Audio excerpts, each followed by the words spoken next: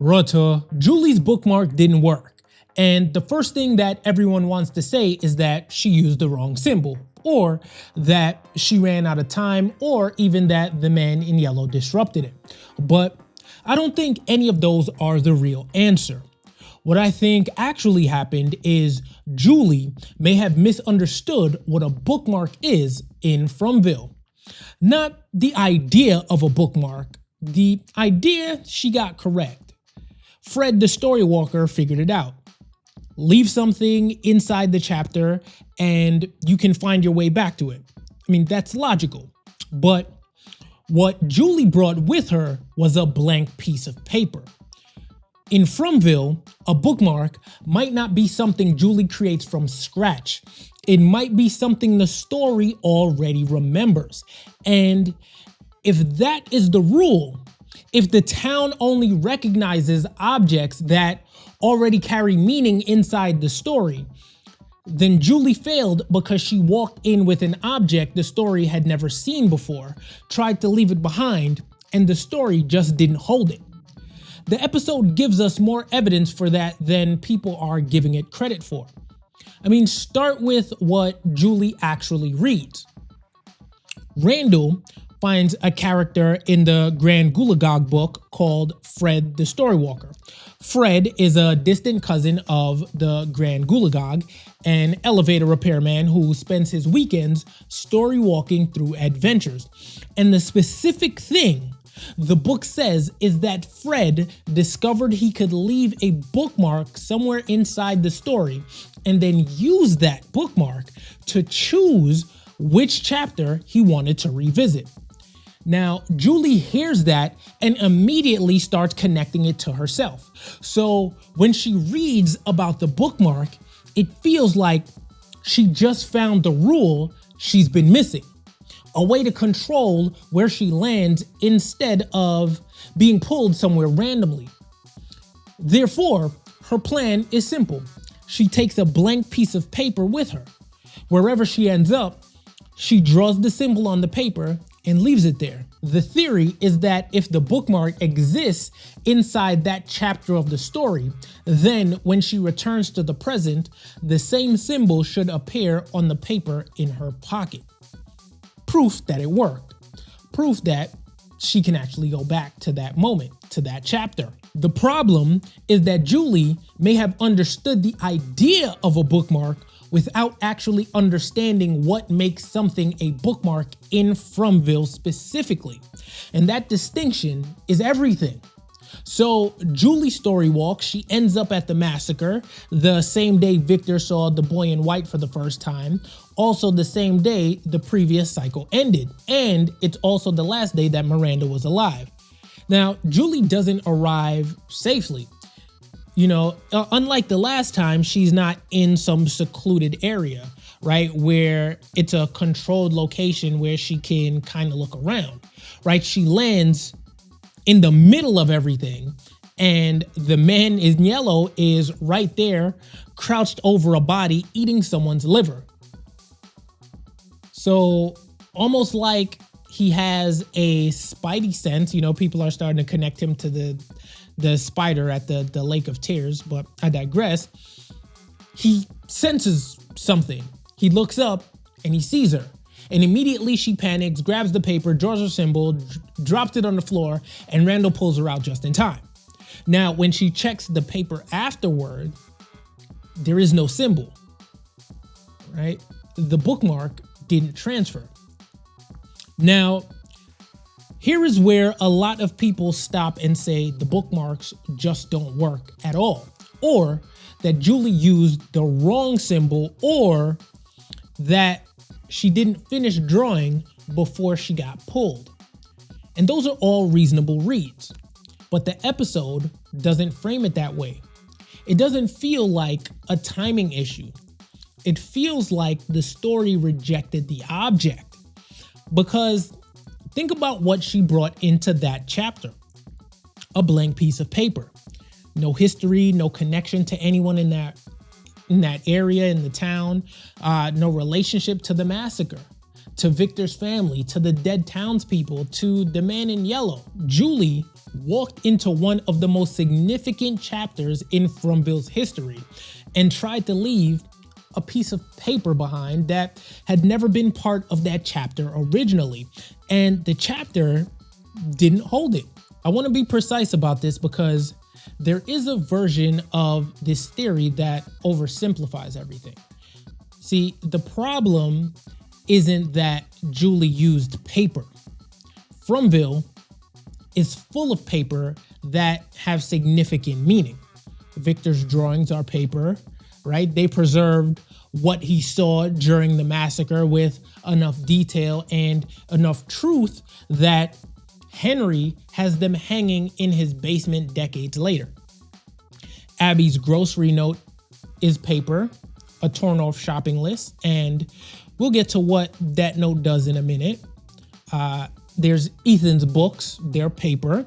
The Grand Gulag book itself is paper, and it found its way into this town somehow, and Julie thinks it might be instructions. Now, paper in Fromville can carry enormous weight.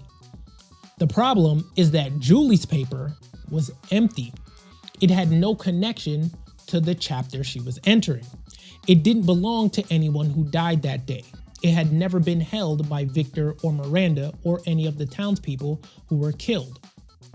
It wasn't tied to the boy in white or the man in yellow or anything the story had already recorded. She tried to create meaning in a chapter that already had its meaning decided, and Fromville doesn't appear to work that way. A blank piece of paper isn't a bookmark. It's just paper. This is where episode 4 gives us something I think people are glossing over. Boyd has a box of Abby's things. Inside is a grocery note, a pair of shades, and a ring with an infinity symbol on it. He picks up the note. It's handwritten. It says something like, hey, Mr. Fish and Loaves, can you pick up some bread, eggs, milk, and peanut butter on your way home, etc., etc. Signed, Abby. The second he touches that note, he has a flashback. And this isn't a vague memory. A specific sharp memory connected directly to what Abby wrote on that note. That is an object pulling someone back into a chapter of their own story. The note carries Abby's handwriting, her voice, a specific day, a specific feeling. Boyd picks it up and the memory comes back. The note acts like an anchor because it already belongs to the memory it is pulling him toward. Now look at the ring. What happens with Boyd's ring in this episode is deliberately ambiguous, and I want to try to stay inside what the episode actually shows rather than overclaiming. After speaking with Fatima about her plan to build a golem, a ring drops near Boyd. He recognizes it as Abby's ring, so he rushes back to his room, places the ring on the desk, opens the box, digs through it, and finds the ring inside of the box. Then he goes to look at the ring on the desk, but that ring is gone. Now, Jade never sees any of this. Nobody else confirms it. So we don't know if Boyd is hallucinating, if the town is manipulating him, or if the ring physically appeared from somewhere else. What we do know is what the ring is. It's Abby's ring. It's connected to Boyd's marriage, to Abby's death, to the day he killed her, to what is probably his deepest and most unresolved guilt in this entire show. And the episode makes that ring behave impossibly. Don't take this further than the evidence allows. This moment, that is. The show isn't confirming the ring is Julie's answer, but it is showing us an object that belongs completely to a specific chapter of this story, a chapter of trauma, death, and loss, behaving in a way that ordinary objects don't behave. Now that matters for the bookmark question, because if Abby's note pulls Boyd into a memory and Abby's ring behaves impossibly, that is the show telling us something about what kind of objects have weight in Fromville. And the objects that have weight aren't blank. They're full. Now pull back for a second and look at the pattern. From keeps returning to objects as if they are containers, not decorations or props, containers. Victor's drawings aren't just pictures. They preserved what he witnessed at the massacre in enough detail that Henry recognizes paintings he had been looking at in his house for years. Because the drawings are accurate, they're memories that have been made physical. The yellow suit isn't just clothing. When Victor sees it, he breaks down completely. The suit carries the massacre the same way Abby's note carried Boyd's grief. The priest's tooth, Sophia took it. The show made us watch her take it. We don't know yet whether it's a trophy, a souvenir, or something the man in yellow needs to copy people's identities. But the show doesn't make us watch her take it unless that matters.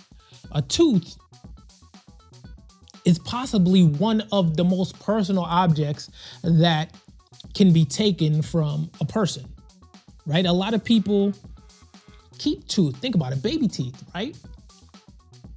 It belonged to the priest. It belonged to his life and his death. So whatever Sophia is doing with it, she understands that the object has significance beyond what it physically is. Even Sophia's clothes. The man in yellow is walking around inside a stolen identity, and the physical pieces of that identity, the clothes, the belongings, are part of what makes the disguise whole, right? He isn't just pretending to be Sophia, he's using Sophia's objects. All of these objects share something. They belong to someone's story in Fromville. They are tied to memory, to trauma, to death, to cycles, to specific chapters the town has already lived through. They aren't neutral, they're charged. And that is exactly what Julie's blank paper wasn't. This is the part that changes how I look at Victor. After the massacre, the boy in white told Victor to collect personal items from the dead before burying them. At the time, that looked like some sort of ritual that dealt with grief. It was a way to honor the people who died, right? Or so we thought. A child doing something that he was told to do because he had no other way to process what happened. But after the bookmark scenes, I don't think that's all it was. Victor has been carrying those items for decades. He has been keeping them without fully understanding why. Because the boy in white told him to. And Victor has been following the boy in white's instructions longer than anyone. Now, what if those objects are bookmarks?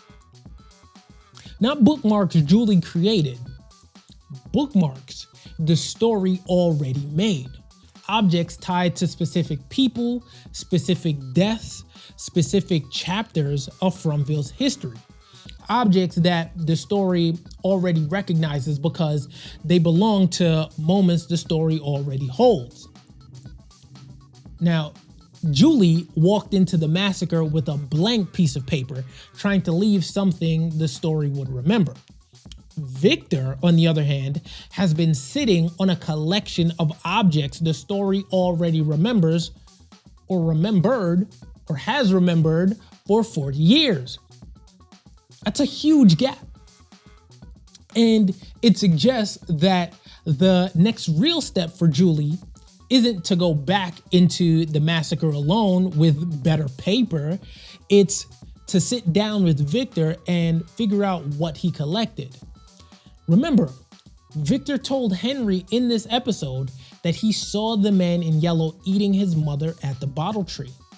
Julie storywalked into that same morning and saw the man in yellow eating someone's liver. They're both circling the same chapter from different directions. Victor has the memory of surviving it. Julie has the ability to walk back into it. And Victor may have the objects that could actually anchor her there in a way the blank paper couldn't. The episode actually gives us a second version of this same problem, and it's worth sitting with because it makes the structure of the episode clearer, in my opinion. Sarah gets told by the voice in her head to go to the diner, pour a glass of water, take a sip, and pour it back. Sarah thinks the test is about the water. She's worried about what happens to other people if she pours her water back into the communal pitcher. See, she's focused on the action, the specific instruction, the surface level thing she has to do. But Sophia tells the Abraham story afterward. And the point of the Abraham story, the point the episode is making through Sophia's retelling, is that the test was never about the water. The water was just the object. The real question was whether Sarah would obey, whether she would trust that the instruction had meaning even when she couldn't see the reason behind it. Now, follow me for a second. Sarah thinks that her bookmark is the water. However, the real bookmark is her obedience. Julie thinks that her bookmark is the paper, but her real bookmark may be the memory carried inside an object. Both of them are one layer short of understanding the actual rule. They can see the instruction, but they can't yet see what the instruction is made of. And that parallel doesn't feel accidental. The episode is doing something deliberate by putting both of these scenes in the same hour. It's showing you the same mistake twice from two different characters in two completely different contexts and asking you to notice the shape that's forming underneath it. Now, here's the part that escalates the stakes. Julie is at the beginning of learning how this all works. She's still making the kind of mistake that comes from understanding the idea without understanding the rule underneath that idea. And that's okay, because, that's where she is. But the man in yellow isn't at the beginning. He doesn't appear to be experimenting with this. He appears to already understand how object and identity and memory move throughout this town. Julie is trying to learn how to use a bookmark. The man in yellow may already know how to weaponize them. That gap is what makes him dangerous in a specific way that goes beyond just being powerful. He has information that Julie doesn't have yet, and he's using that information actively while Julie is still reading children's books trying to figure out the basic rules. So, why did Julie's bookmark not work? Because Julie doesn't need to make a bookmark. She needs to find one.